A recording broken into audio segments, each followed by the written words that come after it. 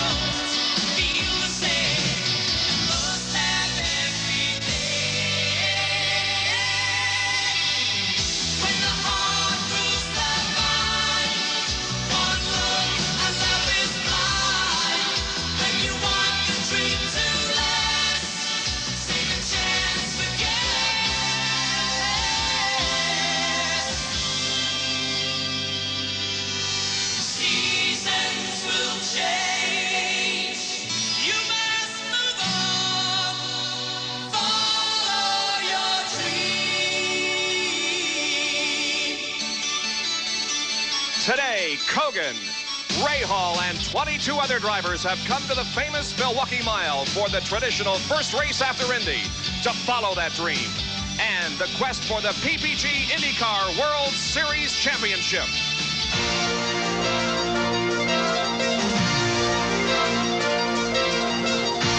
ESPN, the world leader in motorsports coverage, presents Auto Racing 86.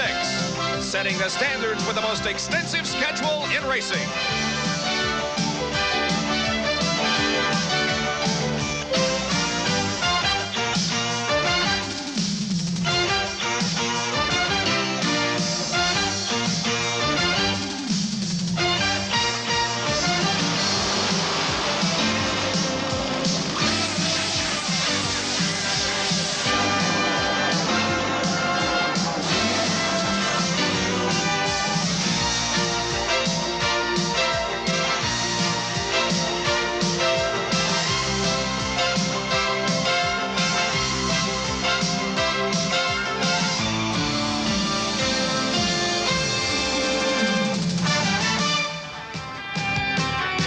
We welcome you to West Allis, Wisconsin, the famous Milwaukee Mile for the American 200 for Indy cars. It's a beautiful day here, hardly a cloud in the sky, and the temperature is 77 very pleasant degrees. Good afternoon, everybody. I'm Bob Jenkins along with Larry Newber. Well, the Indy cars were in Indianapolis last month searching for speeds over 200 miles an hour.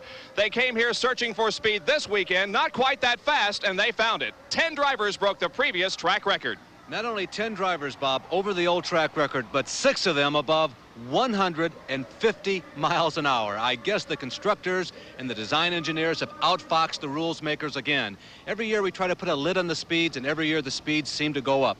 And here at Milwaukee, 50 years of history at a flat-paved 1-mile track above 150 miles an hour. The fastest of all, Michael Andretti at near 153 miles an hour. With more on that, let's call in the third member of our broadcast crew for the day in the pit area. Here's Jack Arute. Well, Bob, Michael displaced his father Mario as the track record holder with his pole-winning performance here for the American 200. He's on the inside. They say he's from the new breed. But when you look on the outside of this starting grid, there's Johnny Rutherford, one of the fellas that's a veteran of open cockpit competition, especially here at Milwaukee. And one thing that he says, when you're a veteran, he says, beguiling cunning will always win out over youthful exuberance. We'll have to wait and see. Gentlemen? All right, and you look at the second row and you find some drivers who have something to prove here this weekend, the 33rd and 32nd place finishers in last weekend's Indianapolis 500. Well, that second row, not only the people who are in the first row this week here at Milwaukee, but the second row comprised of Tom Sneva and Mario Andretti, join Johnny Rutherford and Michael Andretti as people who come to Milwaukee with not necessarily something to prove, but something to redeem themselves for. In their own way, each one of them was unhappy with the results of Indianapolis last week. And each of them comes to Milwaukee, qualifies extremely well, has a good week, and all 4 of them look to be a favorite in today's race. All right, Larry, well, there used to be 2 races here in Milwaukee, now only one, a 200-miler, and it's being brought to you by today's Chevrolet, who invite you to live the style, performance, and fun of Chevrolet in 86. By Pennzoil Motor Oil, quality protection, ask for it. And by Goodyear, you either have Goodyear Eagles or you need them. 24 cars are set to go in the American 200 here at the Milwaukee Mile, and we'll be back to start the race and take a look at the starting lineup right after this. The 24 cars in today's American 200 are lined up here on the main straightaway behind the pace cars, and the command is given to start engines, and a great roar grows up from the starting line here on the main straightaway. There is Michael Andretti, the pole sitter for today's race, qualifying at 152.905 miles an hour. He gets set to compete in this 200-miler. There you can see Michael as the pole sitter in the Kraco STP lean machine, qualifying at 152.905, the pole sitter for today's race. Outside of row number 1, the veteran Johnny Rutherford, car number 21, the Vermont American March. In row number 2, Tom Sneva in the Skoll Bandit March, car number 33. And on the outside of row number 2 will be Mario Andretti from Nazareth, Pennsylvania, car number 5, the Newman Haas Lola.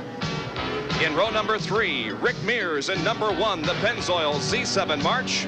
Outside of the third row will be Roberto Guerrero in the number 2, True Value Emerson March. The fourth row consists of the winner of the Indianapolis 500, Bobby Rahal, the number 3 Budweiser True Sports March. Outside of the fourth row, second place finisher at Indianapolis, Kevin Cogan, the number 7 711 March. In the fifth row, veteran A.J. Foyt from Houston, Texas, in the number 14 Gilmore Copenhagen March. And outside of row number 5 will be the number 30 Domino's Pizza Lola, Al Unser Jr. from Albuquerque, New Mexico. In the sixth row will be Emerson Fittipaldi in car number 20 and Gary Bettenhausen in number 24. The seventh row, Roberto Moreno in car number 9. Outside the seventh row, his teammate Jeff Brabham, car number 8. In the eighth row will be Raul Boisel in car number 22. Outside of the eighth row, Ed Pim, car 66. The ninth row will be Jose Legarza in 55 and Danny Sullivan in number 4. The 10th row, Johnny Parsons in 59 and Randy Lanier in number 12. The 11th row, Jacques Villeneuve in 71 and Ari Lyondike in 61. And the 12th row, promoters options, number 16, Rick Muskiewicz, and number 56, Steve Chassie. Those are the starters for today's American 200, and this is our in-car camera. It's in the car of Ari Lyondike and feeding us at this point some fantastic pictures. Ari starts this race on the outside of row 11, as you just saw, 22nd position. He lives not too far away from here. This basically is his home racetrack. He expects to be giving you some very exciting and dramatic pictures as he starts this race from the back of the field. Obviously, that's not the way anybody planned it, certainly not where Ari wanted to start, but you are going to perhaps get a fantastic shot and angle of the start of this race. Well, he's in the next to the last row, starting in 22nd position, and as he moves up through the field, it should provide some excellent shots for us. They move out of turn number 2 now and down the backstretch on this second warm-up lap. We should be getting the green flag momentarily. There is the row consisting of Kevin Cogan and Bobby Rahal, first and second at Indianapolis. I guess we don't have to tell you that if anybody has gotten most of the IndyCar headlines in the last 10 days, it is that two. That's how they qualified, 4th and 5th. Rahal just a tick of the watch ahead of Kevin Cogan, just the way they finished at the Indianapolis Motor Speedway. Bobby Rahal qualifying here this weekend at 148.234 miles an hour, about 4.5 miles an hour off the pole setting speed. And there is Kevin Cogan from Redondo Beach, California, who qualified at 147.9 miles an hour.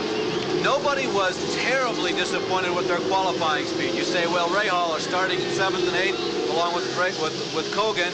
Gee, they must be disappointed after finishing 1-2 last week. Well, it's hard to be disappointed when you finish in the top 2 positions at Indianapolis. But everybody was so competitive in qualifying. The speeds were so high. And I got to tell you that the qualifying session here yesterday was one of the most entertaining and enjoyable qualifying sessions I have seen in quite some time. There was a lot of drama, a lot of speed, and it was a safe day and thoroughly enjoyable. Back in the 5th row, we had a shot there a few seconds ago of veteran A.J. Foyt and relative newcomer Al Unser Jr. This should be a tremendous race here. 200 laps, 200 miles of racing on the famous Milwaukee Mile in West Allis. The pace car is off the track. Here comes the field, led out of turn number 4 by Michael Andretti. He steps on the gas. The green flag is displayed. We're racing.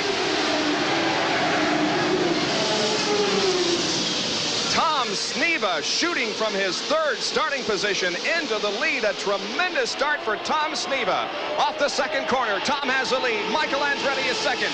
Then Johnny Rutherford is running in third position. Here they come off of corner number 4, completing lap number 1. Tom Sneva has the lead.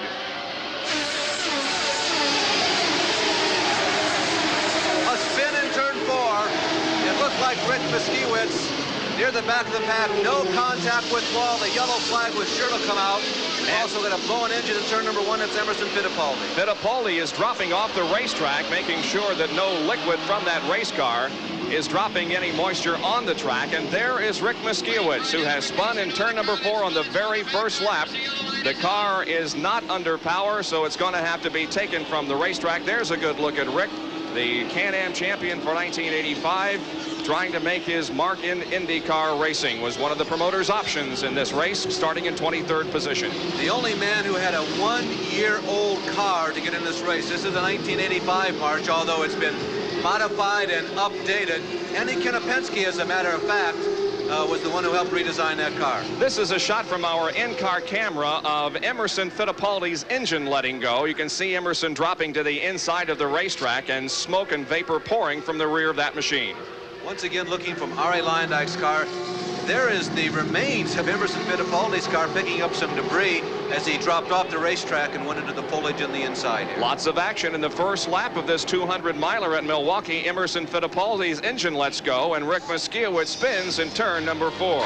Tom Sneva is the leader. We'll be back with more right after this.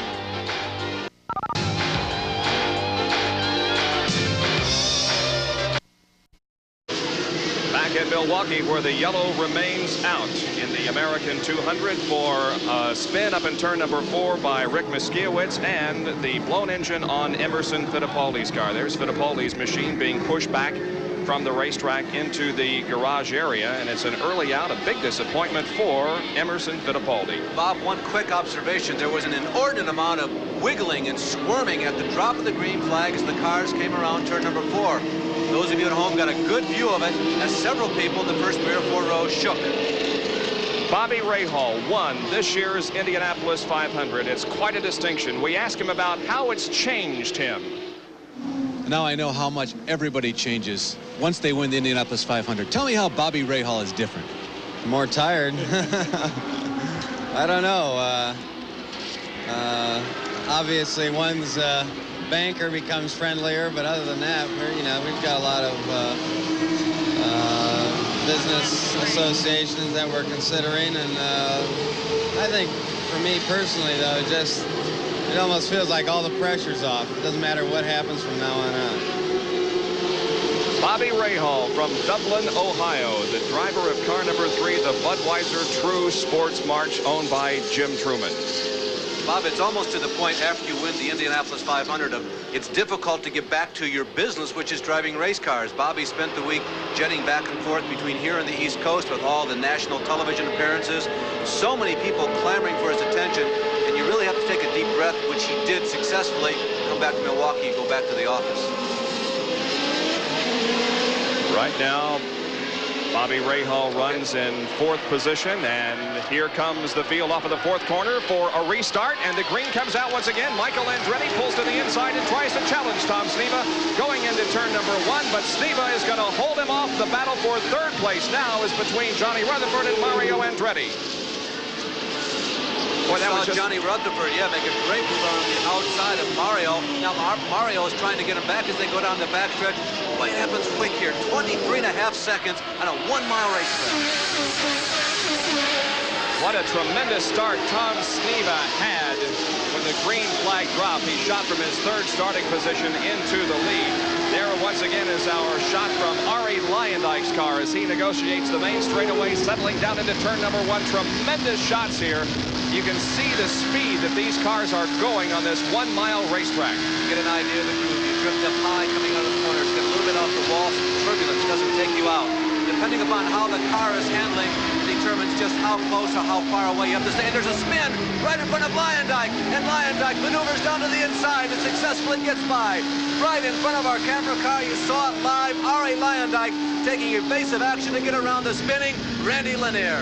Unbelievable pictures. Randy Lanier spins right in front of Arie Leyendijk. There is Lanier's stalled car in turn number 4. So the action continues here in this American 200. 2 cars have spun in turn number 4. Here it is once again. The secret here, you don't panic. Leyendijk sees that Lanier is losing it. Now, which way do I go? Normally, I steer where the car is. That means he's low, I go low.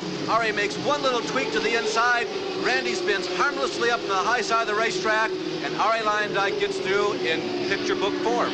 I think it was Tony Bettenhausen, Gary's father, that once said, when there's a car spinning in front of you, you drive right for it, because the time you get there, the car will be gone, and that's exactly what Arie did. It sure is, and the big thing here, I want to repeat myself because it's so important, you don't panic. How many times on the highway has a truck pulled out in front of you, or you see somebody coming on a side road that's approaching you, and the first thing that happens, you start to breathe heavy and your knees get weak.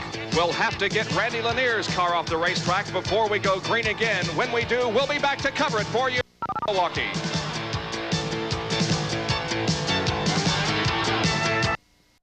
Milwaukee Mile in West Allis, where the green flag has not yet come out. We are still under caution because of the spin involving Randy Lanier. Well, there was a lot of second guessing as to what you would have done at the final laps of the Indianapolis 500. Everybody likes to do Monday morning quarterbacking. I'm talking now about the finish at Indianapolis. Your thoughts on it? Let's say that you were in Kevin Cogan's shoes. How would you have handled that situation differently? Well, you know, I wasn't in his car and I wasn't in his position, but I know what I'd have been doing. I'd have been accelerating down the back straightaway where, if I could have, you know, of course, he might have had the circumstances where his car did not want to accelerate or things like that, or he could have had gearbox problems. I've been that way too, be leading a race, yellow come out, and maybe not have the gearbox where to shift proper or something like that, so that can handicap you. But I know he was doing everything probably possible, but then, you know, you never know, and I guess he's had second thoughts what he would do again. Well, it's like I said, it's really tough to say. Obviously, I'm sure that he has the solution now, and I watched it, and I think everyone felt this disappointment, but then you get in Ray Hall's shoes, and Ray Hall had a second chance there, and you know, Cogan knows what he needed to do. If I were coaching Kevin, I would have said, son, you've got to be flat on it over in turn 3 if you're going to play the game. And those guys have the experience to speak. 75 years of racing among those 3 and 138 IndyCar wins. Tom Sneva leads the American 200. Michael Andretti is staying right with him, though. You know, Larry, we talked about in the opening of the show, drivers that have something to prove here this weekend, and I think perhaps the driver topping that list is Tom Sneva after that unbelievably disappointing start that he had, the car crashing in the pace laps. There's no question about it, Bob, and this is the perfect racetrack for Sneva to do it. He has won like 4 of the last 6 races. There is Rick Mears. Now, he pitted twice during the long yellow flag for Randy Lanier's spin. He has changed the stagger, meaning he has changed the tires. Now watch for him moving around Arie Leyendijk. Here's our camera car. Watch for the yellow blower probably moving on the inside as they go into turn number 3. That'll be Rick Mears if the setup is there. Well, not quite yet. There he is. There is Rick Mears getting below the yellow line. Apparently the stagger is a little more to his liking as he moves underneath Leyendijk. They checked the right rear on that car to make sure that the stagger was right, and Rick appears to be moving much better now. To the pit area, Jack Arute and Emerson Fittipaldi. And he's a disappointed Emerson Fittipaldi. Only 1 lap again, Emo, kind of like Indianapolis. Yeah, I'm very disappointed. You know, just on the start, I feel some hesitation on the engine. It looks like it was misfiring, and lap 1 just blew a big way. This seems to be a strange turn of events for your team. Things were going well last year, and now you just can't get it together. Yeah, you know, it looks like we did well the first 2 races, and Indianapolis, I had the control boost pressure line broke. But I hope things will turn. The many races to go still this year, and I hope the luck will turn our way. Well, it's tout fini for him, but he says he's going to go back and try and see what's going on with the World Cup. Brazil, his own country's playing in that in soccer. There will be better days ahead for Emerson Fittipaldi. Tom Sneva leads Michael Andretti here in this American 200 at Milwaukee. Sneva and Andretti have pulled away from the third place car, which is Mario Andretti. Running fourth is Johnny Rutherford. In fifth position is Kevin Cogan. Sixth is Roberto Guerrero. Seventh is Al Unser Jr. And there are Johnny Rutherford and Roberto Guerrero. That's the contest for fifth, Bob, and they've been side by side, off and on for the last 2 or 3 laps. About a lap ago, Guerrero was underneath Johnny Rutherford. Johnny was on the high side right there in the racetrack. They went into turns 3 and 4, and Johnny just kept his leg in it and powered by on the high side. And we have a change of third position as Kevin Cogan has gone around Mario Andretti. So Kevin Cogan moves into third, Andretti down to fourth, and then this fifth and sixth place battle between Johnny Rutherford and Roberto Guerrero. There's Guerrero in car number 2 down the backstretch and into corner number 3. Because of the 2 early caution flags, it was a little early to try and set up the rhythm of the race to find out who was going good, who was not. Kevin Cogan was one of those people who held back. He just stepped back during all that confusion, and now he's beginning to turn the wick up. There's Mario Andretti putting a lap on Jacques Villeneuve, going underneath him, coming out of turn number 2, down the backstretch. Mario moves underneath Jacques and now approaches, I believe it was Johnny Parsons Jr., who was directly in front of him. But Mario's car does not appear to be working very well. He has dropped back a position, and now Johnny Rutherford and Roberto Guerrero are definitely catching up with him. It was a disappointment for Mario at the Indianapolis 500 as he finished in 32nd position, completing only a few laps, and it doesn't appear as if that car is running quite like he would like it to here this weekend. Well, running right behind Little Al, whom you mentioned, Bob, a couple moments ago, there's Johnny Rutherford again, cementing himself in 5th spot, is the number 3 car of Bobby Rahal, and in 9th is Gary Bettenhausen, and 10th is Ed Pym. So some new faces up in the top 10 were early in the race, so it's not because of attrition. That's how competitive IndyCar racing has become. This man here represents a very good indication of how competitive it's become. Tom Sneva, a lot of people haven't been talking about him this year, but he's led points already this season. The one we were just looking at, Johnny Rutherford, here he is qualifying second fastest for the first time in a long time. No question that this is Tom Sneva's type of racetrack. He loves the ovals, he loves the short ovals, and his record here at Milwaukee is very impressive. Gary Bettenhausen, you mentioned, Larry, is also running a very steady race. He's in 9th position right now in this number 24 car, prepared by A.J. Watson, sponsored by the Leader Card Company. Gary Bettenhausen started in 12th position, is now running in 9th. Gary Bettenhausen, also a veteran of this type of racing here at Milwaukee. Many, many years ago, he was involved in a serious accident down the backstretch. But Gary has survived all of these accidents and years of tremendous competition. Once again, from our in-car camera, we see Ari Luyendyk racing with traffic down the main straightaway. That's Denny Sullivan due north right ahead. Sullivan goes to the low side to go underneath Randy Lanier. You see the Acciaro sign in the back of the wing. On the high side, there comes the leader, Tom Sneva. You have to make a guess when you're a guy like Ari Luyendyk. Now here comes on the inside, Michael Andretti. Sneva gets by high, Michael gets by low. There are still more leaders to come. Ari has to be watching in front of him. He has to be checking the mirrors on both sides. You saw his line coming out of turn number 2. He had to stay right in the middle of the racetrack because he didn't know from which direction the next leader was coming.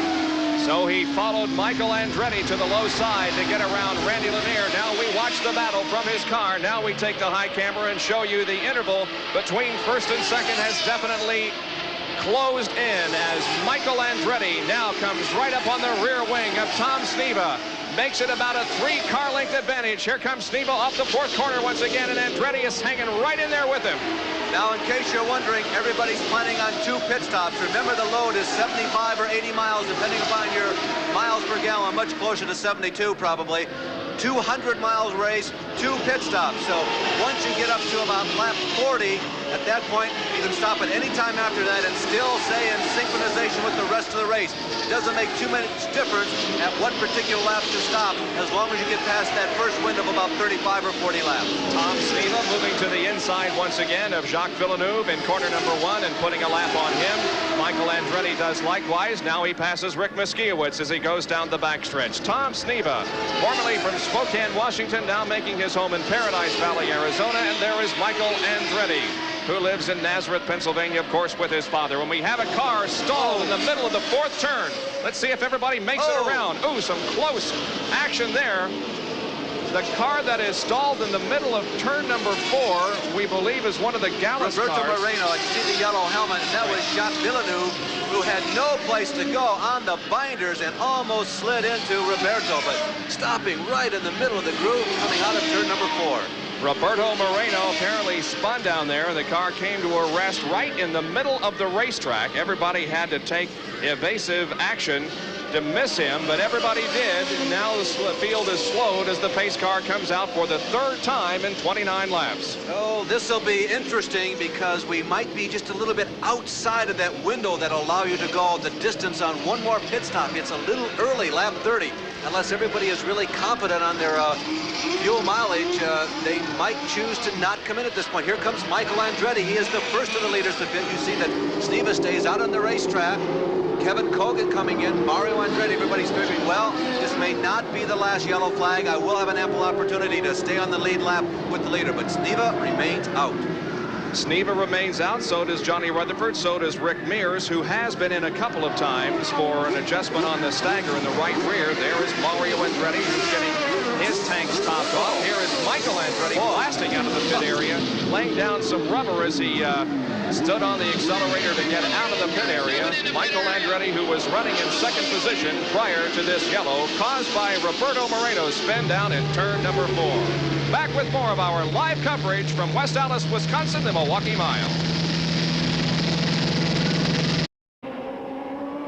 Back at Milwaukee, where the green flag is about to come back out, and Tom Sneva will continue to be the leader, but we do not have a start. The yellow remains out. The drivers were anticipating a start, and some evasive action there taken by one of the cars. I believe Jose Garza had to go to the inside to avoid hitting the car in front of him. Everybody was expecting. Well, I think what happened there, Bob, is that Rick Miskiewicz, who's running right behind Tom Sneva, is just not prepared to jump on it real quickly. You know, he's inexperienced on this type of racetrack. He's already spun once today, and Tom obviously wants to get as rapid a start as he possibly can. So Rick was holding back. I'm sure that the official starter was thinking, geez, Sneva is jumping, but I'm not sure that that's exactly what happened. Watch for Sneva to rocket chip away again. Larry, one of the things that you assumed would happen is maybe Sneva would stay out, gamble for more caution. That's exactly what he's done. I talked to John Anderson, his crew chief, and he said, we thought about bringing him in, and we said, wait a minute, we can go a little further before we've got to go for fuel. We're going to leave him out and take a late stop. Again, we do not have a green. There is debris on the course this time. Sneva picking up the throttle once again and coming down off the 4th corner, but Nick Finoro Jr., Nick Finoro Jr.'s father. Yeah, there you go. You got it. Who is first Nicky Finoro. Yes, who is the official flightman, displays the yellow, and we stay under caution as the safety trucks are out there on the racetrack looking for the debris. Just a couple of very quick notes. Jacques Villeneuve is having handling problems. Allenser Jr. cannot talk to his pit crew. The radio is out. Bob? Well, there is the result. Boston 114 and Houston 95. The Celtics win the series 4-2, and we welcome you. If you are just joining us from having watched that basketball game, we have got a tremendous race underway here, and we're getting some tremendous shots from the in-car camera that Ari Leyendijk is carrying. We have had 3 yellow periods caused by spins. Rick Miskiewicz spun in turn number 4. So did Randy Lanier. So did Roberto Moreno. We have had no wall contact at this point. And Tom Sneva has led every lap so far. He started this race in 3rd position, but then jumped into the lead as soon as the green came out, and he has led all the way. Several leaders have made pit stops, and we are going green very soon. Continuing those pit notes that we're picking up off the scanner radio, Bob, Danny Sullivan's car is running very loose. That's the reason why you haven't seen or heard Sullivan's name up among the leaders. They were back inside of Ari Leyendijk's car again. And incidentally, during that yellow flag, for everybody concerned, the radio to Tom Sneva from crew chief John Anderson indicated he was coming in. Apparently that decision was made in the cockpit. Nope, I'm not coming in. I'm going to try and gain as much ground out here in front of this racetrack before I have to pit. Once again, we look for a restart. The pace car is off. The field begins to pick up speed, and this time we do get a green flag. We're back to racing. It is Tom Sneva leading now with Johnny Rutherford running in 2nd position, Ed Pym 3rd, car number 55, Jose Garza is 4th, and Rick Mears is 5th, but those guys have not pitted in this most recent yellow period. Here comes Rutherford moving up through the field, about about to pass Ari Lyondike, or at least trying to, in the third turn. Johnny Rutherford, watch for him on the inside as we come down the front stretch. Ari Lyondike will take his line on the high side. If Rutherford has the horses, he'll punch right past Ari going into turn number 1. On the low side, does he have enough room? No, he's not there yet. Lyondike continues to watch the rearview mirrors. He can hear, he can sense Johnny Rutherford at this point. He's already checked the mirrors. He knows it's a leader. The guy is bound to be coming by unless, gee, is something going wrong here with my car? Meaning that has it improved? Am I that much better? Ari Lyondike checks the mirrors one more time, and Johnny Rutherford stays back there, and Lyondike continues to run at full throttle and running smoothly in front of Rutherford. It gives you an idea of just how fast these cars are running. Ari Lyondike looked just briefly to his left to check the rearview mirror as he came off the second corner, and by the time his focus was back in front of him, it was time to turn the car into the third turn once again. Tremendous shots from that in-car camera. There is Roberto Guerrero and Mario Andretti. No, that's Gary Bendenhausen and Mario Andretti. Gary Bendenhausen in that Timex-sponsored Watson race car, Wilkie Watson race car, is having a tremendous run this weekend. Gary Bendenhausen has just moved out and around Mario Andretti. Bendenhausen, who started 12th, we had him running 8th or 9th in the earlier part of the race, is turning in one of his most outstanding performances in recent years. Gary Bendenhausen is in 8th place right now and holding off, at least for the moment, Mario Andretti, who is running 9th. Gary Bendenhausen from Monrovia, Indiana. A starter in this year's Indianapolis 500 for the first time since 1981, I believe, and did a nice job in that race. And if he is successful here in some races, watch for him to compete in all IndyCar races this year and do very well. Johnny Rutherford, meanwhile, still tries to pass Ari Lyondike on the racetrack. Rutherford has not been able to get around yet, and there are unofficially, I believe that's Jose Lee who would be running, I think, in the 3rd or 4th position, make that 4th position after a pretty pleasing month at Indianapolis. And there is Rick Mears, who had a very pleasing month at Indianapolis. He obviously would have liked to have finished a little higher, but 4th place is not all that bad when you consider his career. Now remember that Rick Mears made an on-schedule pit stop in the early part of the race. They were unhappy with the stagger on the race car. They made those changes, and the number 1 Pennzoil car of Rick Mears has moved up. They are closing in, by the way, on Ed Pym, who is running in 3rd position. Ed Pym in that green number 66, leading the cars off of corner number 4. Ahead of him is Raul Boisel, but that's 3rd, 4th, and 5th running right there together with Jose Lee, the 4th place car. Now Mears looking to the inside of Jose Lee in the second corner, but not finding an opportunity to pick up the spot. Pym and Garza, once again, were 2 of the cars on the racetrack running near the leaders, were people that chose not to pit during that yellow flag caution about lap number 30-35. Roberto Guerrero and Michael Andretti on the racetrack running together. There goes Ed Pym to the inside. Nasty, right in the middle. Raul Boisel has to get out of the throttle. Mears gets through. Garza gets through, but not quite quick enough as Rick Mears gets under Jose Lee Garza. Now Rick Mears puts his sights on Ed Pym, the number 66 Gold Bandit car. Here comes Michael Andretti in the blue and yellow crinkle machine, the lead machine, moving on the high side. Andretti trying to follow Jose Lee Garza through. Rick Mears moves underneath Ed Pym. What a battle for 3rd, 4th, 5th, and 6th position. There goes Michael on the high side. Rick Mears is really hooked up, it appears. He has moved into 3rd position now, but we're also watching Michael Andretti moving up. Jose Lee Garza looks to the inside, has to brake heavily in turn number 3 as Michael has the higher line and the faster line in turns 3 and 4. Michael Andretti also passes Ed Pym coming off of the 4th turn, and Michael Andretti is moving back up towards the front.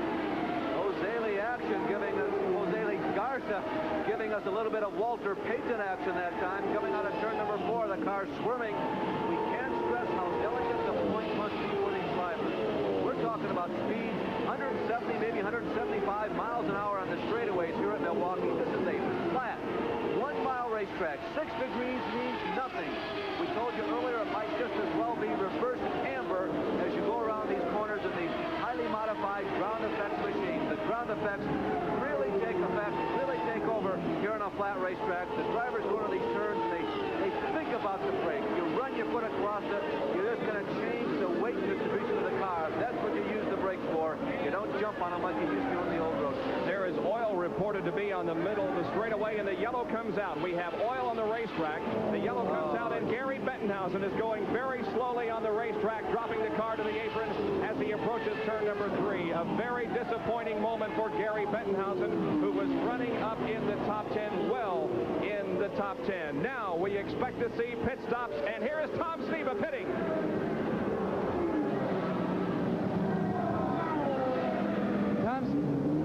Their gamble paid off. Tom Sneva has come on into the pits. He's got the service from John Anderson and crew. They've exchanged the tires on the outside. They're checking it. Tom's pointing, saying, I want to go. They drop the jack. He's off and away. It's 15.3-second pit stop for Tom Sneva as he once again lowers the visor and goes back out on the racetrack.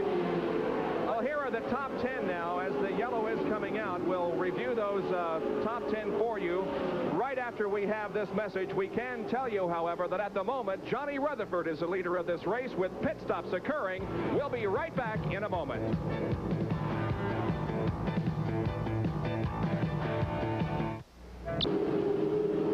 Well, there are houses just beyond the backstretch here at West Allis, and as you can see, some people get a free view of this race from that vantage point.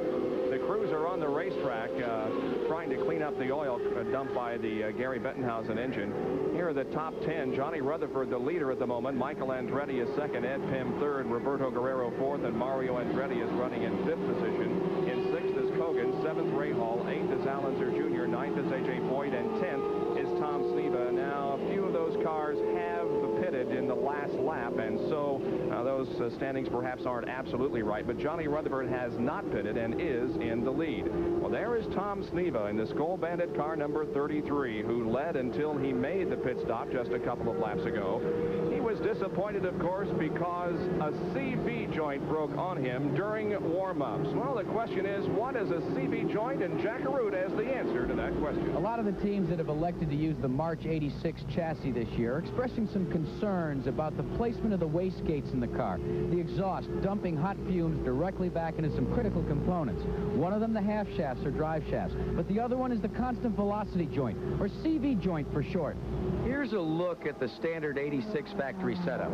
The exhaust and wastegates are in direct line with the power transferring half shafts. The heat can discolor the shafts and some fear make them more prone to failure. With the CV joints, though, the problem is more complex. The CV does exactly what its name implies, maintains constant velocity between the rear end and half shafts. Increase the heat on these components and the grease that lubricates the bearings can literally boil out or at best affect the lubrication. Now, any reduction in the lubricating properties can scar the bearings, affecting their free roll and causing them to bind up and sometimes fail. Many teams have modified the factory setup, and Roberto Guerrero's is one of the simplest. Crew chief Phil Casey has attached a tunnel to extend the exhaust up and over the CV half shaft area.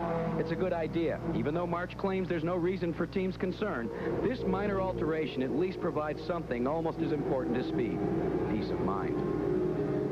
So Tom Sneva, much more successful here this weekend, is running very well. The oil is still out on the racetrack, and the track crews are still out there cleaning it up. So it's going to be a couple of more laps before we go green once again. And once again, here is the vantage point from Ari Leyendijk's car. We'll resume our live coverage in just a moment from Milwaukee. You rejoin us as the green is about to come out. Here they come off the fourth corner. The green is waved, and we're back to racing with Johnny Rutherford now in the lead. Rutherford has not made a pit stop, and apparently they are holding to their original race strategy of coming in on about the 75th lap. They hope that they can get a yellow about that time. So Rutherford has not pitted, and neither has Roberto Guerrero. Roberto's crew radioed that they would come in 3 laps, but they didn't come in during this yellow. Down the front stretch once again, that's Michael Andretti running in second position. Michael Andretti in car number 18 is in second. In third position is Mario Andretti, and fourth is Roberto Guerrero. Johnny Rutherford from Fort Worth, Texas, is in the lead here at Milwaukee, and hoping for a yellow in about 20 laps so that he can make a pit stop. Johnny Rutherford is one of a host of veteran drivers who have won 4 times here at the Milwaukee Mile. Only one of the old venerable veterans of automobile racing, Roger Milwaukee, but Rutherford, Tom Sneva, Mario Andretti, A.J. Foyt, Gordon Johncock, Bobby Unser, and Al Unser Sr. All those people have won 4 times here. Just got a quick glimpse of Kevin Cogan, the red, white, and blue, primarily blue and white number 7. Kevin has not been heard from so much in this race, but he is certainly not out of it. Tom Sneva right now is breathing down his wastegate, breathing down his rear wing. Sneva goes to the inside with relative ease. But remember, this is a 200-lap race. We are about 1/4 of the way through.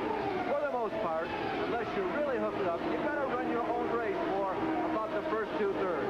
So Kevin Cogan may not be out of it yet. Tom Sneva just passed Kevin and went into 6th position. Sneva is 6th, and Cogan now back to 7th place. Tom Sneva moving up through the field after having made a pit stop during this most recent yellow caused by oil on the racetrack from Gary Bettenhausen's blown engine. Here comes Sneva off of corner number 4, and he's trying to pass now Bobby Rahal, who is right ahead of him. Rahal to the inside of the racetrack, and Tom Sneva to the outside. Sneva standing on the gas, coming out of corner number 2. Down the backstretch, they're side by side, 2 abreast. Rahal races with him. The race to the 3rd turn is won by Rahal, but Sneva grabs the lead, or at least grabs the position, I should say, going into corner number 3. I'll tell you what, Bob, the thing about Sneva that's so impressive is that I have watched him pass low, pass below the yellow line, pass high. You saw the lane that he used to get around Bobby Rahal. Bobby blocked his progress going down the front stretch. Tom just held on to where he was, and as they went down the back stretch, he had the confidence. There he is going to the inside of our line. I see there he is out of the in-car camera. The skull bend moving to the inside. They go underneath. I believe that's A.J. Foyt that they're going to the inside of now. But Sneva's car is running all over the racetrack. So that was Rick Muskiewicz with those bright orange rookie stripes that looked like the black Copenhagen and the orange Foyt on there, but it was not. It was the orange of the rookie stripe. So Tom Sneva now in 5th position, and as he goes to the high side of that slower car on the backstretch, that's the driver of that slower car signaling him to go around, and that car is going to be making a pit stop. It's one of the machinist union cars. Yeah, I think it's Johnny Parsons, Bob. He's been in and out of the pit the last 10 or 15 laps. Here he comes coasting down the pit. You know, at Indianapolis a week ago, Johnny Parsons, unfortunately, his race was abated by a spin on the backstretch. He was never passed on the track all day long last week at Indianapolis. Here's the battle for 3rd and 4th position. Mario Andretti has his hands full trying to hold off Roberto Guerrero. Guerrero goes to the inside of the start-finish line. Side by side into the first corner. Al Andretti grabs the advantage, and Guerrero goes a little bit wide. Loses maybe a couple of car lengths, but comes storming back out of the 2nd corner. And they go down the backstretch once again as Tom Sneva is also lurking in the shadows, watching what's going on ahead of him. 3rd, 4th, and 5th position here. Sneva on the high side of Guerrero in turn number 4. See him. He does not see him. Oh, that was tense for just a second there. Great racing here. 3rd, 4th, and 5th. Andretti, Guerrero, and Sneva. Andretti goes to the inside in corner number 1 to pass the slower car. Here comes Roberto Guerrero right behind him, and here comes Tom Sneva. So those 3 are running nose to tail on the racetrack, and there is Bobby Rahal, who is also in this contest. Rahal, of course, was just put down by Tom Sneva. So what's happening right now is Andretti, who looks like almost for a second there. Oh, and they touch coming out of their turn number 4. Andretti and Guerrero come together. Nobody spins, but the left front wing, it looked like, on Roberto Guerrero's car was damaged. Yes. Yellow flag coming out for debris on the racetrack, but Andretti and Guerrero come together coming out of the high-speed turn number 4. Well, precision driving as those cars touched at probably 160 miles an hour, and everybody kept it together. There you can see as Andretti's car comes in contact with Guerrero's, and I believe it's the side pod or the area that comes up over the left rear wheel that broke off of Guerrero's car. Bob, I'll tell you that the man who did a masterful job of driving, as we look at the leader, Johnny Rutherford in the pit, was Roberto Guerrero. He had a couple of moments there when he was entangled in Mario's wheel, that one sudden movement, one direction or the other. By the way, Rutherford very slow getting out of the pit. Kevin Cogan seemingly having a much better pit stop. Rutherford's car momentarily had stalled, but they gave it that old push start, and away it went with after that Sally's try.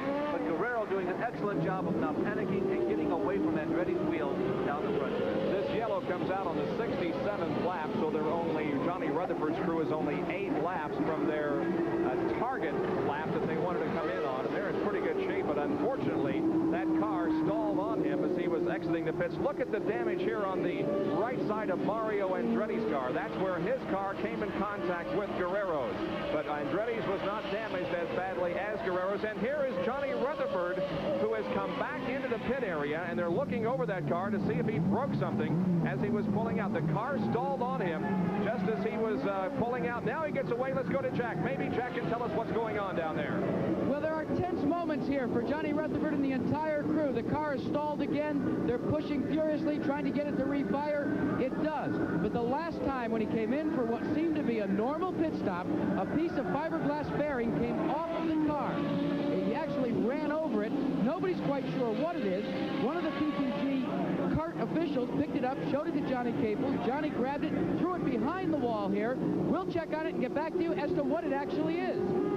Johnny Rutherford had led this race until this most recent caution period and was looking very strong, but now something may be wrong with that car that could prevent victory for him here at the Milwaukee Mile. Well, you know, vapor lock is not uncommon in these race cars. What happens during a pit stop is that basically the fuel that's in the line can evaporate because there's so much heat. When you're out in the racetrack and running, of course, the air is flowing across the race car and keeps things cool. But when you sit in the pits, the oil, or rather, excuse me, the fuel dries up in the lines, and that's what causes these cars to stall so easily. That's why sometimes you have to push them to get the fuel back to the line and get the car started. This is our 6th caution period in this race after 69 laps. So the average speed here is going to be held down if we continue at this pace. Now the green comes back out, and we're back to racing. And Tom Sneva is the leader. That car ahead of him is a lap car. Sneva will be trying to once again move around. There he does, go to the inside and puts another lap on that car of Jeff Brabham. Sneva is the leader with Al Unser Jr. in car number 30 there, running in 2nd position. Rick Mears is 3rd. 4th is Jose Legarza, and A.J. Foyt is shown in 5th place.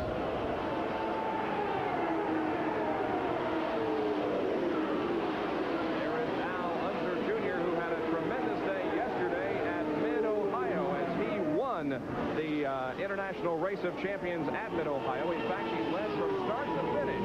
It was only his 2nd IROC start. Bobby Rahal was 2nd in that 12-car field. Darrell Waltrip 3rd, and Bill Elliott 4th. Al Unser Jr. also a winner on the IndyCar circuit last year, but has not visited victory lane so far in 1986.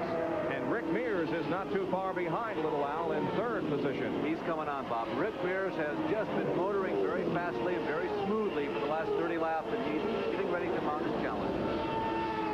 So we'll wait here to see if Rick Mears can pass Al Unser Jr. Oh, there's a tremendous, I don't know whether those were hot dog wrappers or what, but a lot of debris blown off of the racetrack. I guess it was just hot dog wrappers or whatever. It's a little bit windy here this afternoon, and that perhaps contributed to it. Now Rick Mears continuing to work on Al Unser Jr., trying to move into 2nd position.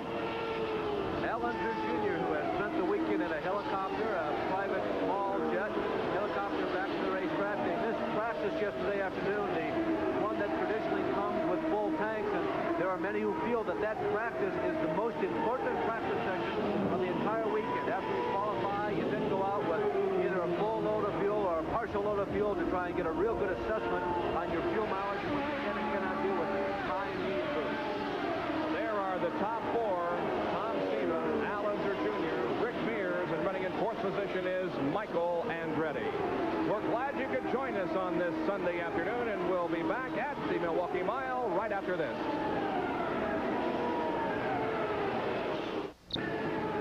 Back in the Milwaukee State Fairgrounds, let's update you on Johnny Rutherford's condition. You know those 2 pit stops, the hurried motions? Well, here's the piece that came off during the 1st pit stop. It's a brake scoop to scoop the brakes. Now, I asked Johnny Caples, the crew chief, well, then why did Johnny come in next time around? He said when he went back out and blended into traffic, he got hit in the rear, and Johnny was afraid that it might have bent the wing angle on the back of the car. They checked it over, breathed a sigh of relief, and sent him back out on the racetrack. Johnny Rutherford is in 11th position right now, so he's got a long way to go. watching a good race on the track. Michael Andretti has passed Al Unser Jr. So has Rick Mears. So Mears is now in second place. Michael is third, and Little Al is fourth, followed by Jose Legarza. And there is Johnny Rutherford. Yeah, it's 11th position, but it's an ascending 11th position, Bob. He moved up, got alongside of Mario just before we went to him on camera. As he sees that traffic up ahead, he senses this may be my opportunity. They are approaching heavy traffic. Watch Rutherford as he tries to set up Mario Andretti. He's going to go to the high side of Moskiewicz. It's Rutherford on the high side, Andretti on the low side. See, there's three abreast right in front of him. Watch Johnny Rutherford. This could be very interesting. So they sandwich Rick Moskiewicz there coming out of the second quarter. Now everybody on the high side of the racetrack as they lap slower traffic. And here is Rutherford still trailing Mario Andretti, a couple of IndyCar veterans going at it here. Racing for now, this is the 8th and 9th position. A.J. Foyt, another veteran, also right in front of all of this, and so is Ed Pym, Kevin Kogan. There goes Rutherford. And Rutherford did pass Mario Andretti. Mario, by the way, we have picked up on the scanner radio. He's saying that the car is now beginning to push too much. A little while ago, they had commented they couldn't get the car to stop pushing, or not to push at all. It was turning in too much, and now he's got the opposite problem, pushing or refusing to turn to the left, but Mario steps on the gas. A.J. Foyt is running in 6th place in the number 14 Copenhagen car. A.J. started this race in 9th position, and he's leading Ed Pym and others down the straightaway. Boy, he has had a good race, Bob. You know, a lot has been said and talked about A.J.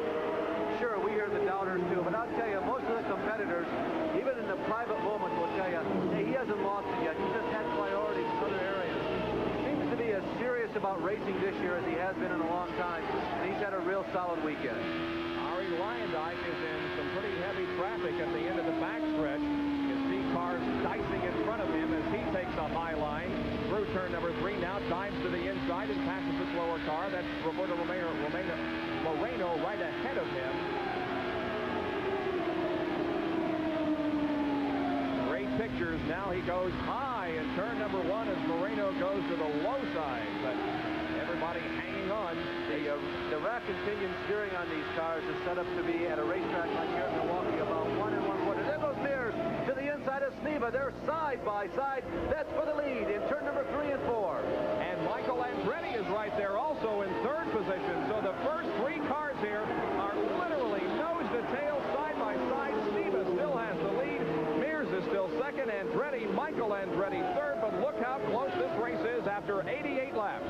Rick Mears has made a big climb up the mountain. He was all the way at the bottom. Matter of fact, he was at the bottom of the stream at the base of the mountain. He has clawed out of it and moved up to the top. So that is an indication that probably Rick and Michael are running quicker than Tom Sneva. But Tom is a master on these short tracks. He grew up with the quarter miles, the half miles, the open wheel, single-seater, super modified. He really learned his lessons well. That is why he is so good on a track like Milwaukee. Just because you're running faster than Sneva, believe me, and there's no assurance that you're going to get by.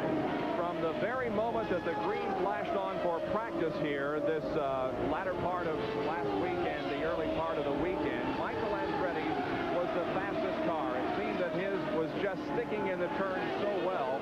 That was the reason that he did gain the pole position. And now he goes to the high side and passes Rick Mears. So Andretti's car still working very well. He's moved into second, but Rick Mears won't have any part of it.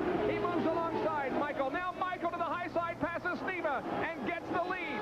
Michael Andretti with tremendous foresight and driving ability takes the lead in the 3rd and 4th turns and then even puts some traffic between himself and second place Sneva. And Mears is underneath Sneva. Is he going to come out on this in second spot? No, I don't think so. Sneva still has the edge.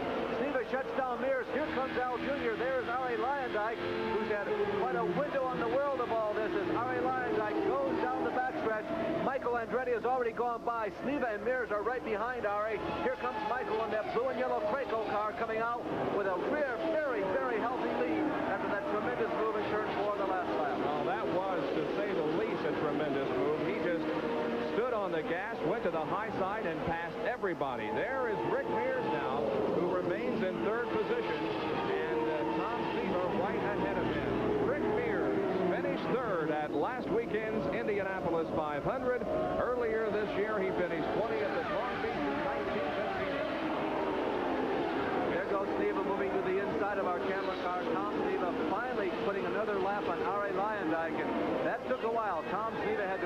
about 3 or 4 racing green flag laps to get underneath Lyondike, and Michael with that unbelievable knockout punch on the high side put everybody in arrears.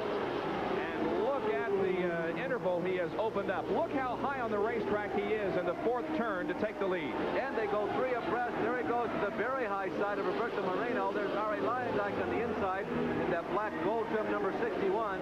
And Michael found a way just to make that car stick. The ground effects, remember this is not like an ARS car. There are tunnels underneath there. And boy, do they work on the new modern Martin. Michael Andretti now approaching the slower car of Raul Boisel here on the main straightaway. We'll see what action he takes to put a lap on Raul in car number 22, the Duracell copper top car owned by Dick Simon Racing. And Michael gets around him easily. Now he's got double traffic ahead of him. Randy Lanier and Rick Miskiewicz. He passes Miskiewicz and darts to the inside to pass Lanier. You know, one thing, this is the fastest that we have seen Michael run all day long, and it may be a matter of that car works a little better on the mid-range of fuel.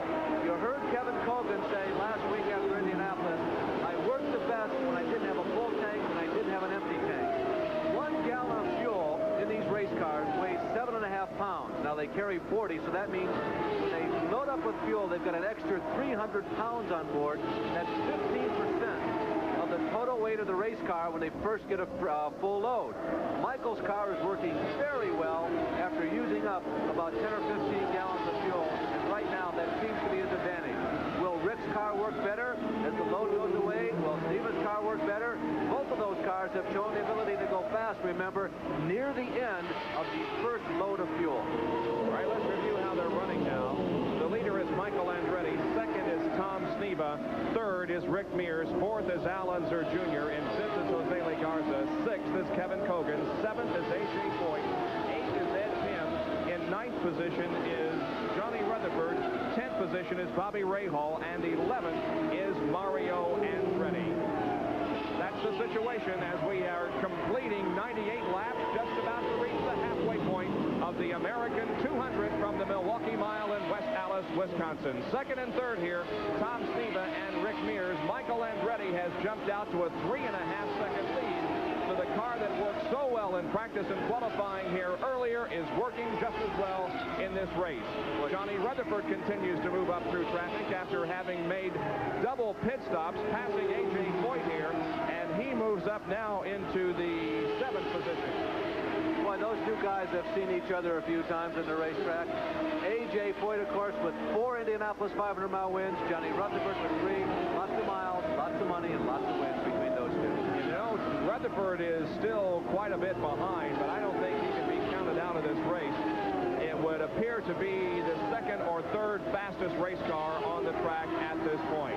Michael Andretti leads. We have reached the halfway point of this American 200. And we'll resume our live coverage right after this. Michael Andretti is your leader.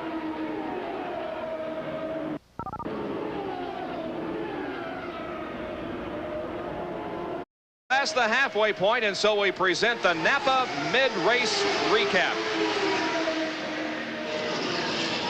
Michael Andretti is your leader at the halfway point with a margin of about 3 seconds, and he has led the last 10 laps.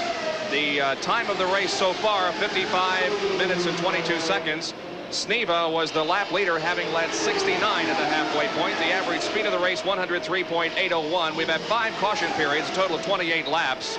There are 11 cars on the lead lap and 21 still in the event. The 3 cars that have dropped out, Emerson Fittipaldi because of a blown engine, Johnny Parsons because of mechanical problems, and also Jeff Brabham because of mechanical problems. Well, joining us in the broadcast booth is a man that I have admired for many years, not only because of his on-air ability, but of his knowledge. Boxing, isn't that your favorite sport there? I'm talking about Al Bernstein. Welcome to the broadcast. Well, it's great to be up here. I don't think I could have picked a better race to come to. This is outstanding. Well, we got some action going on here. It appears as if the jacks have broken on Al Unser Jr.'s car, and the right rear of that machine has fallen down onto the racetrack, and they're literally lifting the car by hand to get the right rear on. A tough break for little Al here, who was definitely running well and in the top 10. Oh, it really is. He came darting into the pits at a very high rate of speed, I'm assuming it was a planned pit stop. We're at lap 107. It's unlikely they could go the distance from here. He'd have to stop one more time. But boy, was he making up ground as he came into the pit area. And the jack going down like that is something you simply cannot predict. You can see little Al drag stripping, as we like to say, to get out of the pit. But that cost him at least a lap on the speedway. Well, let's get back to Al. You're a race fan, huh? Well, I tell you what, I'm enjoying this race a lot. And Michael Andretti, is this maybe one of his better performances that you've seen in a while? Actually, he's been very strong, Al, all year long. When he lost the race out at Phoenix, it looked like he had that race won. He was so strong on the road course at Long Beach. He seems to get just a little better, though, every time. Yeah, I probably would say, yeah, this may be his best. Well, the main reason I'm here, though, Bob and Larry, is to see if A.J. Foyt has as good a left hook as people tell me he does. Is that true? Well, that's very difficult for us to comment about. See, it's how we see him every week. Okay.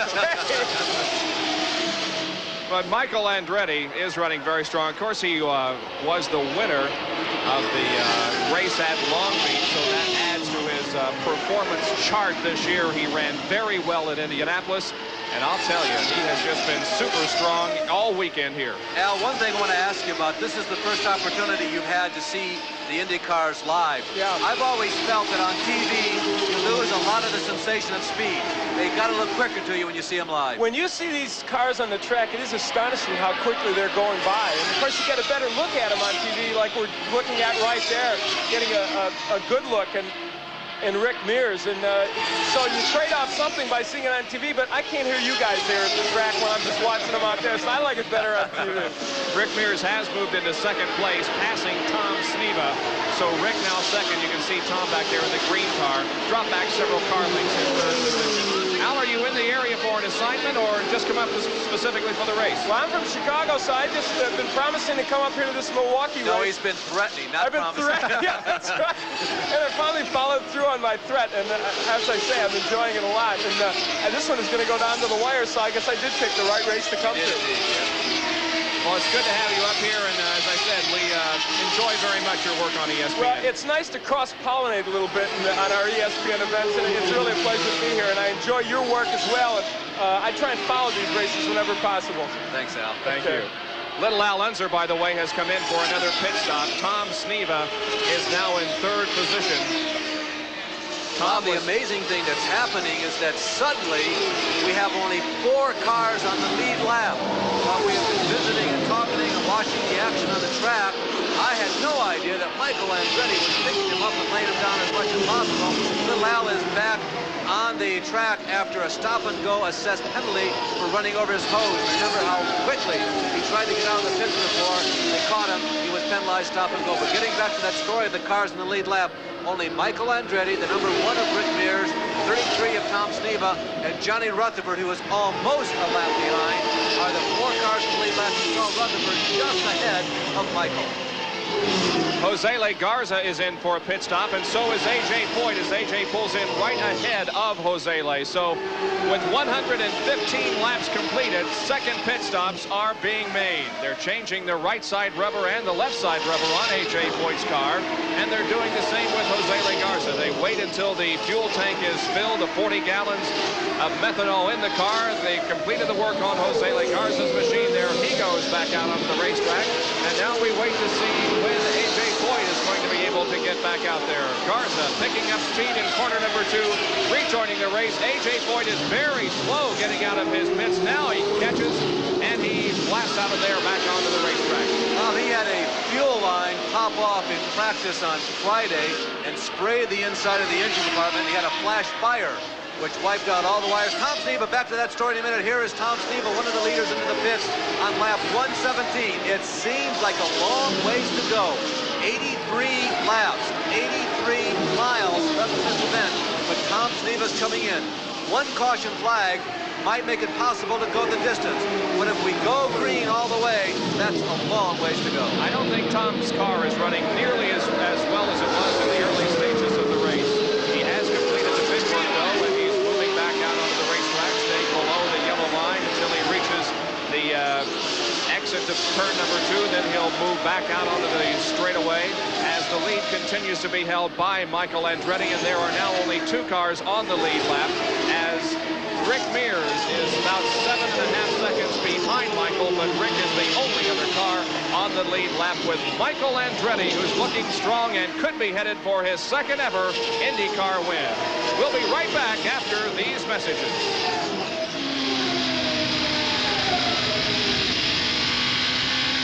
Let's go down to the pit area for a report on this IndyCar race here at Milwaukee from Jackaroo. Bob, it's nail-biting time in the Craco pits for Michael Andretti and his Barry Green-led pit crew. You see, they're going to make their second and hopefully final pit stop momentarily, but they've got to let it run down to at least lap 130, better yet to about lap 134. Why? They've only got 40 gallons left of fuel stored here on pit road in the fuel tank. If they take on more and they stay out or come in sooner than that, they'll run out of fuel before the race is over. Well, Jack, Rick Mears, and others have come in for a pit stop during our break. The question is, do they have enough fuel now to go the rest of the distance? I think probably they do. Remember, Michael Andretti's been really running very strong. And remember at Indianapolis, Barry Green has told us they've had their problems with getting good fuel consumption. They were the team, if you recall, at the end that said we needed a pit stop and a half. They haven't gotten it all down pat like maybe a Penske-led operation does. So they're just biting their fingernails a little bit down here in the pits, hoping they can go to lap 134. Great shots from that in-car camera, aren't they? Unbelievable. 128 laps now have been completed as we continue to click off the laps, and we'll watch Michael Andretti's progress as he moves to the high side, goes alongside our in-car camera. The car driven by Ari Leyendijk as they come down the straightaway. There is Michael shooting around him going into the first corner. You know, Michael can stretch the fuel mileage just a little bit when he has a healthy lead like he has now. He can turn the boost control down. What that means is that the engine isn't sucking in as much air and burning as much fuel. He can stretch it just a little farther than normal. He has a very healthy lead right now, and if he has not turned that boost control knob just a little bit, keep it a little not so hot, I would be surprised. Just to remind you that on lap 121, Rick Mears came in. Unless he's getting some really special mileage, that window might just be a little too big. That's 80 laps he's got to go on a load of fuel. That's a little uncommon. There's a picture of Michael Andretti, who's had that one win so far in 1986. Could this be number 2? Another review for you. Tom Sneva came in on lap 118. That's 82 miles he would have to go on this load of fuel. That seems unlikely, unless they got to trick up their sleeves. We haven't a change in the standings because of the pit stops that have been made. Johnny Rutherford is now running in second position. Third is Rick Mears. Fourth is Tom Sneva.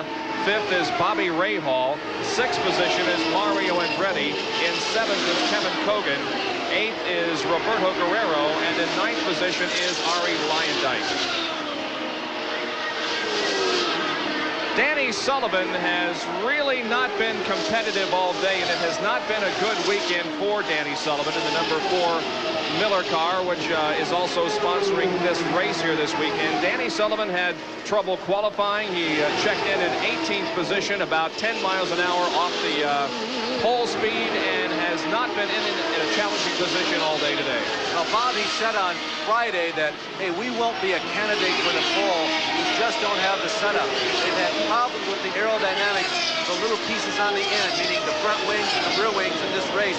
You can see him being passed there by Michael Andretti. Roberto Guerrero went by on the inside. They just have not been able to find the correct aerodynamic setup on that car. It's not been an engine problem. The same thing happened to him at Indianapolis. After that tremendous qualifying run when he started in the middle of the front row, come race day, they just couldn't get the right setup. Michael put another lap on Danny last lap, so he is now 2 laps down. And into the pit area is Johnny Rutherford. Second place competitor Johnny Rutherford makes a stop.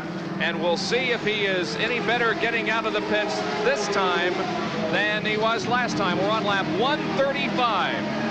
He's okay, Bob. He can go the distance. We are now inside that line of demarcation. And if you stop now, Michael Andretti's crew, by the way, getting ready to go. They are setting up their tires on pit road. The leader, Michael Andretti, will be coming in momentarily as we watch Johnny Rutherford, who won in San Diego a year ago, pull out. This will be the next critical moment in this race for the race leader. If he pulls off this one without a hitch, Michael Andretti could take a giant step toward winning this race. Johnny Caples and the rest of the Vermont American crew getting Johnny in and out very quickly. Johnny had no problems this time getting away. Didn't have to be pushed as he had to the last time he came in. Michael Andretti moves to the inside of Raul Boisel. Now we'll see if Michael comes in for the stop, and yes, he is. Michael Andretti is headed for pit road. Jackaroo will call the action as Michael comes in for his last pit stop.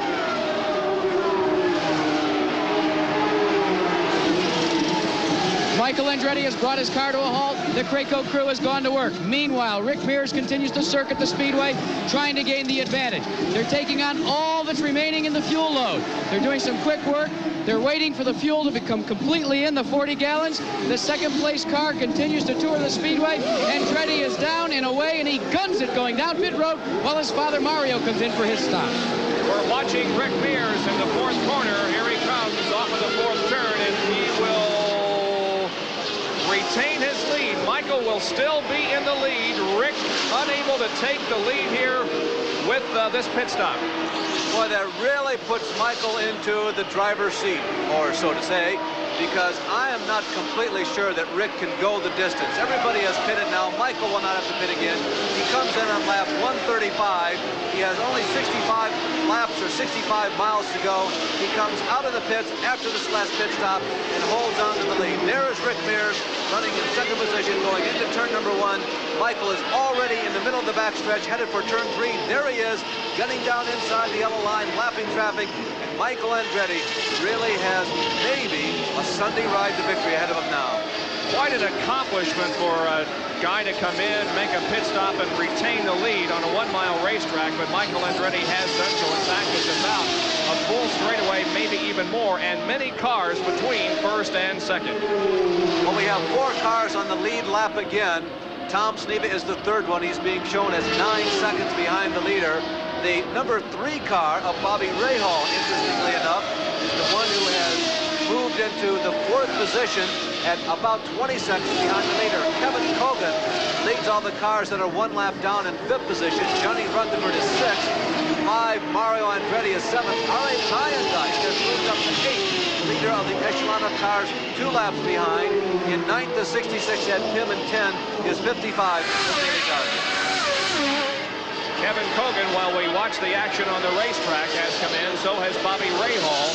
So other runners in the top 10 are making their pit stops. Michael trying desperately to pass Roberto Moreno here, unable to do so at the moment. Now he moves along wheel to wheel with him at the end of the back stretch, and Michael does make the pass on Moreno and put him another lap down. Bobby Rahal has completed work on that Budweiser True Sports March, and he moves back onto the race course. So does Kevin Cogan. A.J. Boyd now comes in for a stop. And Bobby is not picking up speed quite as fast as he sometimes does, getting out of the pits. Now that car up to full speed down the back stretch. You saw Michael going by, so no longer do we have cars, 4 of them on the lead lap, as Michael put a lap on Bobby Rahal, and it puts us back to just 3 cars on the leader's lap. One more time, it's Michael Andretti, Rick Mears, and Tom Sneva. Those are the first 3. There is the leader. Michael has been leading since lap number 91. He has made his final stop and still has about a 9-second advantage. We'll be right back.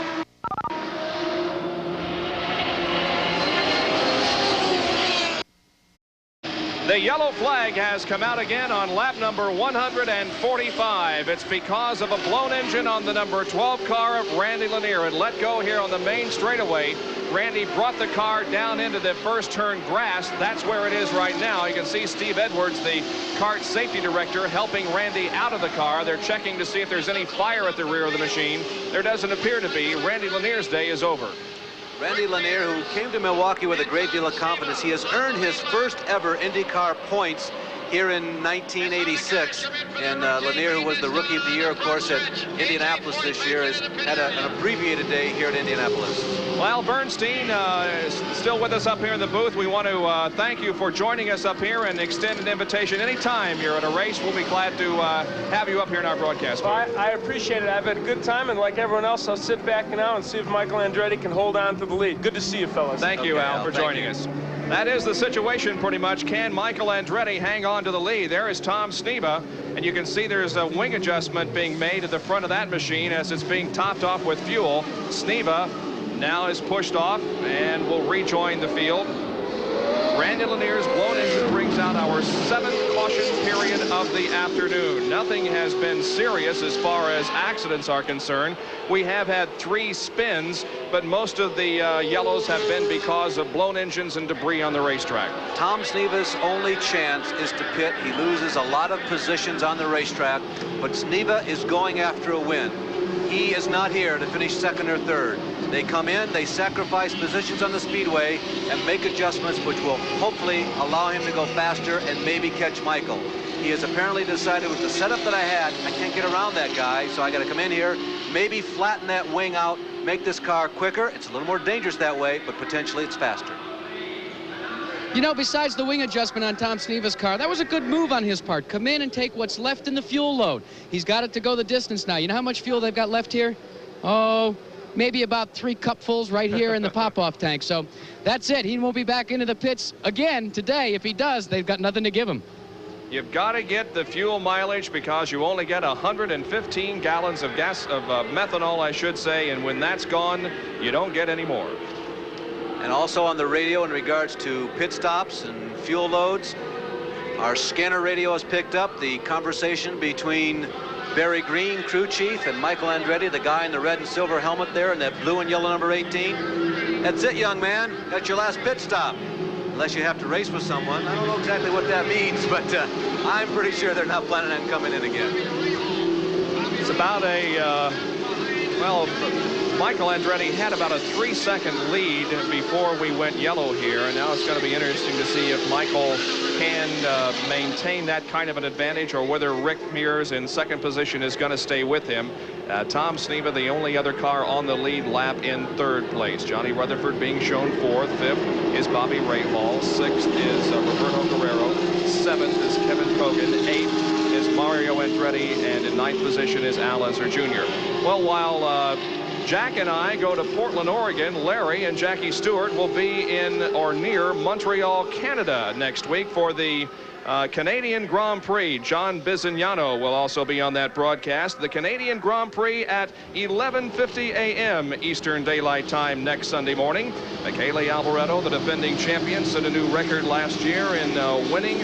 But, of course, Ayrton Senna, who is the points leader, and Nigel Mansell have also been very strong in 1986. So John Bizignano and Larry Newber next weekend at the Formula One Canadian Grand Prix live at 11:50 Eastern Time. You know, Bob, we get a lot of questions from our friends as we travel around the country. Everybody says, oh, NASCAR, Winston Cup racing is the greatest because you have 20 cars in the lead lap and the lead draft, and gee, maybe open wheel IndyCar racing isn't as great because it's hard for the cars to be within 2 car lengths, and same thing for the Formula One racing. Well, I'll tell you, and I'll tell you this in all sincerity, they each have their own kind of appeal. And what's going on in Formula One racing this year is one of the most intriguing seasons in recent history, and what's happened in IndyCar racing is different winner every time. That's got to be fun too.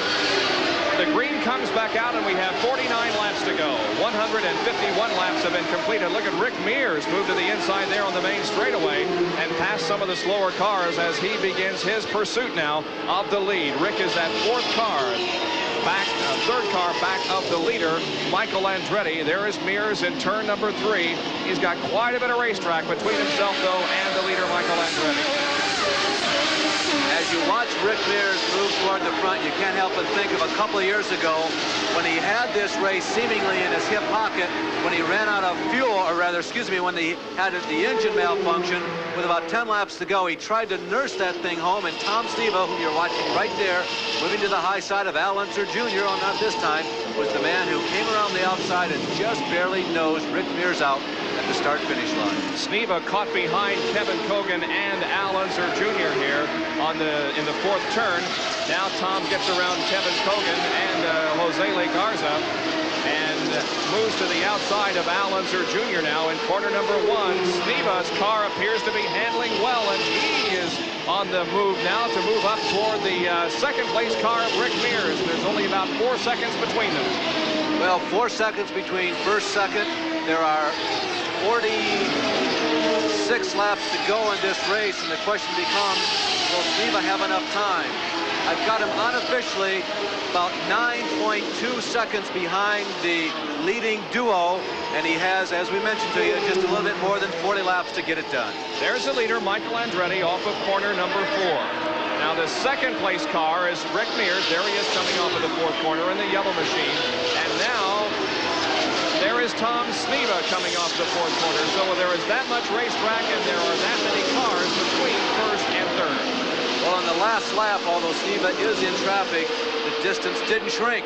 Tom didn't gain any ground on that man. The leader, Michael Andretti, was still about 9.2 seconds. You know, it's quite a story for the Craco team. Of course, they've been a 2-car team for many years as A.J. Foyt climbs out of his car. A.J. Foyt, after one of his better weekends in recent years, looked like he might have been destined for a top 10 finish, but when you see A.J. get out, that means he's getting ready to do some work. As they're looking over the right front section of the car and reassembling the steering wheel as A.J. calls it a day here at Milwaukee. Well, A.J. was running in the top 10, but was 14th when he finally brought the car in for its final pit stop. Michael Andretti is the leader of the American 200.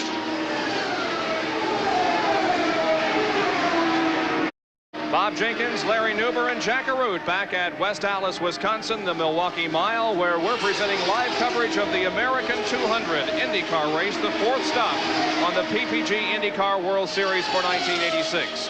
The race has pretty much been the story of Michael Andretti, who started from the pole position, has been in the lead since the 91st lap. We're now on lap number 160, and he has about a 5-second lead over Rick Mears and about a 9-second lead over Tom Sneva. Those 3 cars, the only cars on the lead lap. 4th is Johnny Rutherford, a lap down. 5th is Bobby Rahal, who is 2 laps down. 6th is Roberto Guerrero, also 2 laps down. 7th is Mario Andretti. In the 8th position is Al Unser Jr., 9th is Kevin Kogan, and 10th is Jose Legarza. And the reliability of the modern Indianapolis car is what is sidetracking Tom Sneva. I've been timing that man, Michael Andretti, and Tom Sneva to see if Sneva was cutting into the margin. When Sneva has a clean track, he was cutting in at about 1/10 of a second a lap. But the problem is there's so much traffic up there, Tom has not even been able to catch Rick Mears yet, that man at this point. He's been stuck behind Mario Andretti, Roberto Guerrero, and Ed Pym. They're racing for position on the racetrack, and Tom is trying to gain ground. There's Rick Mears coming through. It gives you an idea of the interval between 1st and 2nd. You can see the distance there between the 2 of them.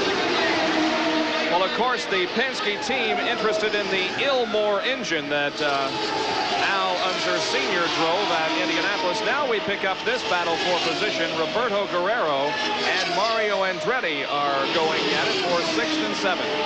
Those are the 2 people that Sneva just got delayed by as they raced for position for about 2 or 3 laps. That's Ed Pym directly in front. That is not Tom Sneva. You can see the red helmet with the broad white stripe. That's Eddie. I think that he is a lap down to the 2 of them. Guerrero coming very close to the Cornell graduate. Remember that Guerrero and Mario Andretti have been together all day long, both literally and figuratively, as they came together in the front stretch, and only a superb job of driving by both of them, particularly Roberto, saved a disaster. Position, Roberto Guerrero and Mario Andretti, who was the easy winner of this race last year. At this point last year, he had a couple of wins and a couple of 2nd places, but things have not been going quite as well this year as they had last year for Mario Andretti. There you can see 165 laps completed, 35 more to go. It does begin to look like Michael Andretti's race, but so much can happen in a very sophisticated and delicate and sensitive Indianapolis car. Tire stagger is something that, for the most part, they've eliminated it as a problem. There's a look at Roberto. We are running the radial tires this week. The radial tires the crews like. There's Mario Andretti. Look at him as he follows Roberto around the racetrack. The old bias tires, the stagger on the tires, or the difference in the circumference from the left side to the right side tires, would change, would grow during the running of a race. But the bias tires are a lot more dependable. The guys say that you can measure them before you put them on the race car, and and they stay just the same. As you walk along the pitch, by the way, you can see how the radial tires have brought a dramatic change in terms of how they set these cars up with the camber. You can actually visually see the right front wheel on the Indianapolis cars with the radial tires sitting at an angle. It's on a camber that's visual to the eye. You know, we have come here to Milwaukee so many times anticipating the winner of the Indianapolis 500 to run strong, and historically that really isn't the way it's worked out, as we can see the average speed of 112.441 at this point in the race. Back in 1956, Pat Flaherty won Milwaukee after winning Indianapolis. A.J. Foyt did so in 1964. Al Unser did in 71. Johnny Rutherford in 74.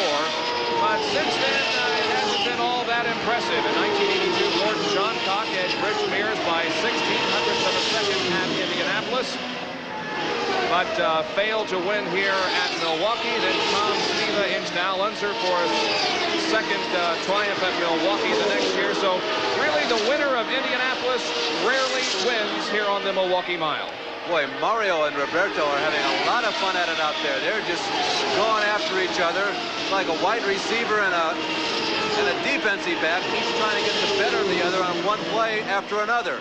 There is Mario following Roberto around. Remember, they are on the same lap, 6th and 7th position. You know, Bob, 150 miles an hour. I know he went faster at Phoenix, but there's a banking on that racetrack. This track is flat as a pancake when you're on it in an Indianapolis car. It's taken 50 years to go that fast. That is a remarkable speed mark the drivers have obtained this week. Andretti still trying to pass Roberto Guerrero. Andretti is on the inside. They come off the 4th corner now. Mario does move alongside Roberto. Let's see if he gets the position, and he does. Mario Andretti picks up the position by going low on the racetrack in the straightaway and into turn number 1. So Mario picks up another spot, and there are certainly no worries as far as his son is concerned. Michael Andretti has a 6-second lead here at Milwaukee, and we'll be back with more of our live coverage. Stay with us.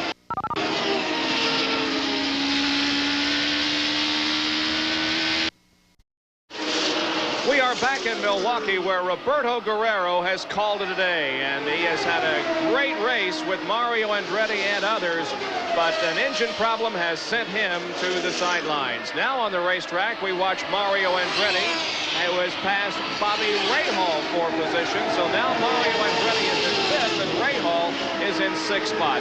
Roberto Guerrero has had many successes at the Indianapolis Motor Speedway, finishing 2nd, 3rd, and 4th the past 3 years.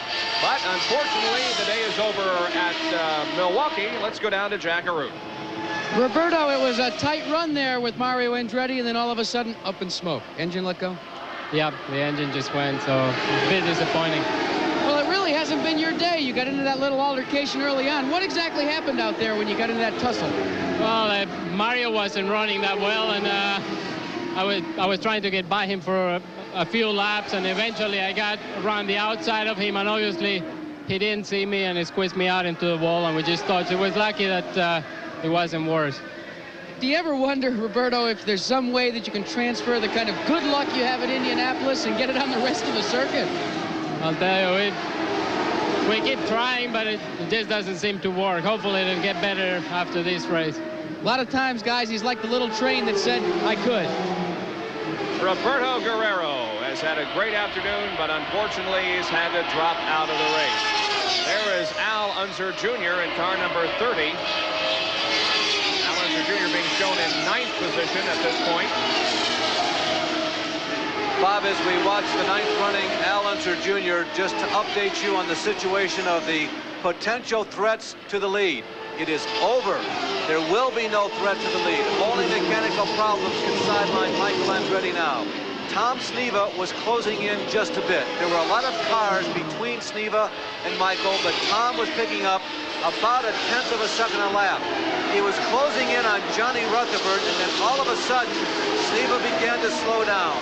Sneva's handling apparently is going away. They made the change on that last caution flag. We told you, probably to set the car up. They took a chance. He's going for basically the win, not necessarily nothing, but the win or all. Sneva has not been able to get around Johnny Rutherford. As a matter of fact, he has dropped back. So right now, Rick Mears runs a comfortable second position behind Michael Andretti, and Michael has opened up distance between himself and the two-time Indy champion Rick Mears. Larry, as you talk about the fact that Andretti should be able to go the distance, remember, we've been talking about it all day, fuel consumption is critical. Now, they waited it out. They came in after 130 laps. That was the mark they looked for the last 40 gallons of fuel in the tank. But who knows? Remember when you monitored the radio, what Barry Green said? That's it, mate. You've got to stay out there until somebody races you. Who knows what's going to happen now? It could be fuel here for Michael Andretti. Does he back out of the throttle, or does he keep on running full tilt? No evidence that he is backing off the throttle at this point, as the lead is staying the same or maybe even stretching out just a little bit. Michael Andretti now with only 14 more laps to go. We've completed 186 circuits, and we are timing Michael to see what his lap time is. Well, in practice yesterday, we were trying to ascertain what would be a logical time for the race. We're coming up with the middle to high 24 seconds. So let's see if Michael is anywhere near that mark as he comes around to complete a lap. He's at 25.6, which might suggest, Bob, that he is off the boost a little bit, that he has cranked that race car down to conserve a little bit of fuel. There's a possibility that Michael is cooling it just a bit.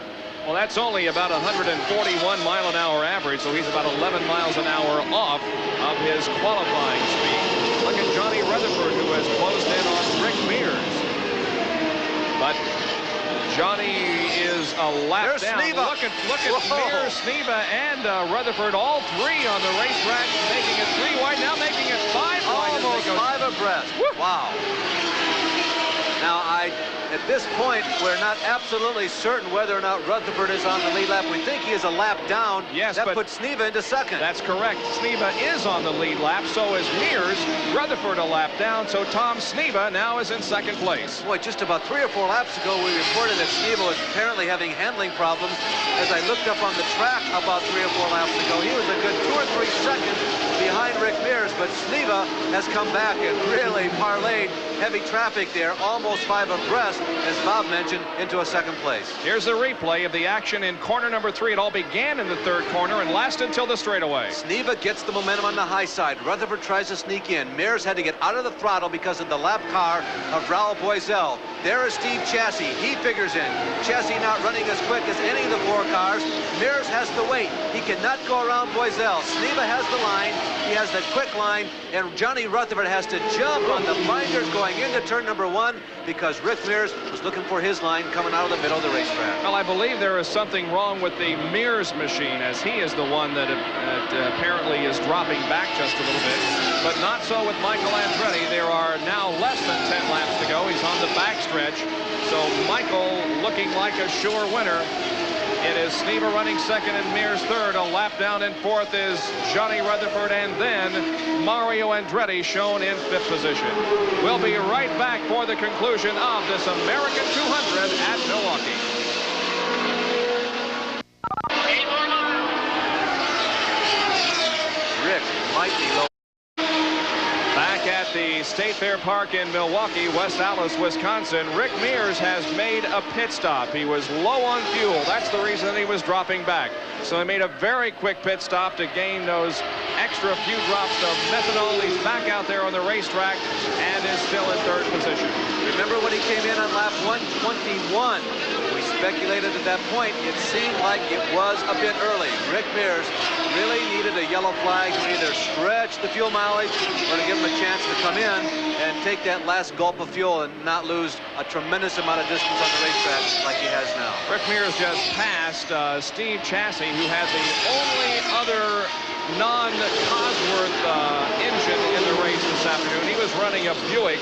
Now, Jeff Rabin was supposed to have started the race in the Honda engine this weekend, but they decided that they wanted to do some more work on that engine, so Jeff Rabin started the Cosworth, and Steve Chassie's Buick was the only non-Cosworth in the event. Well, Bob, what has happened is that there was a lot of extra rain this weekend here at Milwaukee, and each of the practice sessions on Friday and Saturday were delayed until about noon. And those people who had those experimental engines, just didn't have enough time to experiment. There is a potential change of position here for third, as Mears and Rutherford are now on the same lap, and Rick and Johnny are separated by a little bit of real estate, but not very much. And I don't think that Johnny Rutherford is going to be able to catch Rick Mears for third. The question is Michael Andretti slowing down here with a couple of laps to go? If he is, I think he's just making sure that he's going to win this race. Yeah, I'm pretty confident. By the way, Kevin Cogan, the man who finished second in this year's Indianapolis 500, has smoked out of this race. He's obviously got some terminal engine problems.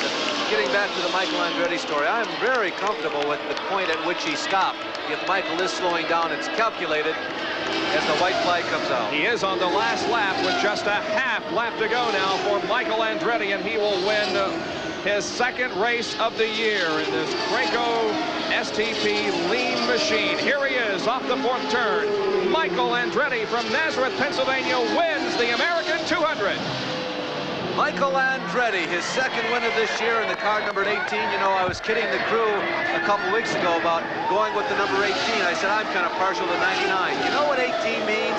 It's a Hebrew, actually, slogan, and it means Chai, which is also for life and good times. So there's meaning in the number 18. And by the way, 99 is nothing more than 9 plus 9. That's 18. And Tom Sneva is going very slow down the backstretch, and so is Al Unser Jr. Boy, they really cut the fuel mileage close here. There is Tom Sneva, whose car is virtually stopped at the entrance to turn number 3 into the backstretch. And Al Unser Jr. is also very slow down the backstretch, and fuel problems have caused some problems for those two, but not for Michael Andretti, as he receives the congratulations of his pit crew. He is stopped here on the main straightaway at the start-finish line. Victory number 2 in 1986 for the son of Mario, Michael Andretti. As we watch the victor dismount, remember that Tom Sneva came in on lap 147. He only had to go 53 laps on that last load of fuel. You can see how close they cut it when they turned the boost up. We will be back to talk with the winner, Michael Andretti, right after we pause for this commercial message. Again, Michael Andretti, the winner.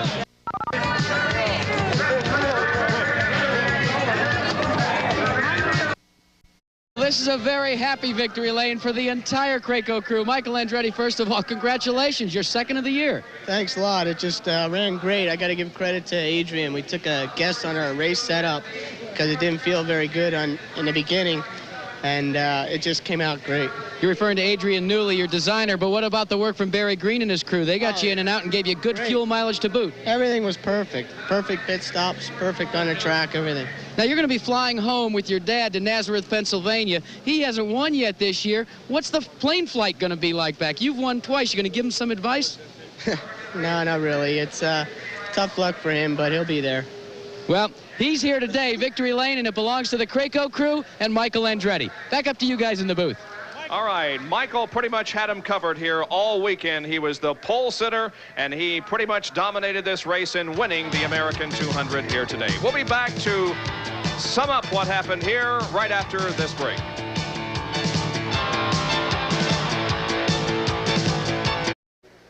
We are back at the Milwaukee Mile after the American 200 completed. Here's the race summary. The time was 1 hour, 42 minutes, and 45 seconds. The average speed, 116.78 miles an hour. There were 3 leaders, 3 late changes, 6 caution periods, and 34 laps were run under caution.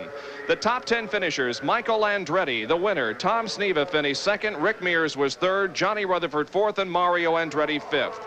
Finishing 6th was Bobby Rahal, 7th Jose Legarza, 8th was Al Unser Jr., 9th was Kevin Cogan, and 10th was Ari Lyondike. And the in-car camera that Ari carried just gave us some unbelievable shots from this 1-mile racetrack. Well, our American 200 has been brought to you by today's Chevrolet, who invites you to live the style, performance, and fun of Chevrolet in '86. By Mobil 1 Synthetic Motor Oil. Mobil protects your engine better than any conventional motor oil. And by Budweiser, Beechwood Age for that clean, crisp taste. This Bud's for you. John Bizignano and Larry Nuber will be in Canada for the Formula One race next Sunday at 11:50 Eastern Time. Jack and I will be in Portland, Oregon for the G.I. Joe's Budweiser 200 at 5 Eastern Time next weekend.